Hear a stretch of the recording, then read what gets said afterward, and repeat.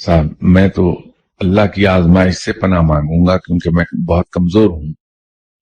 میرے اندر ہمت نہیں کہ میں آزمائش پر پورا اتر سکوں.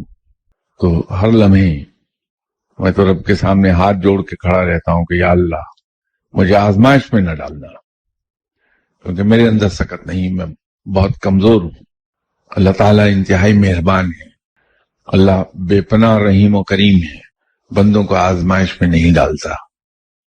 وہ جلدی گناہوں پر پکڑ نہیں کرتا، ڈھیل دیتا ہے، معاف کرتا رہتا ہے.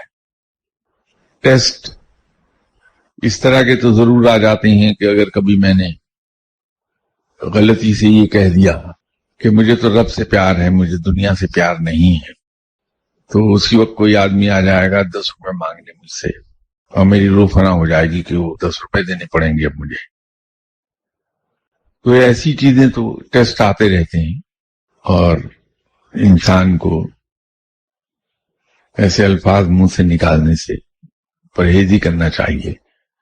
اللہ تعالیٰ کو ہم پاکستانی طریقے سے یہ کہتے رہتے ہیں کہ یا اللہ مجھے تو بس تو چاہیے. تو رب بھی ہمیں جانتا ہے کہ ہم پاکستانی ہیں، تو اس بات کو اسٹریٹ اوے یقین نہیں کرتا. وہ کہتا ہے کہ میں تمہیں ابھی تمہارا ٹیسٹ لیتا ہوں، دیکھوں. تو ہماری چیخیں نکل جاتی ہیں ذرا سی بات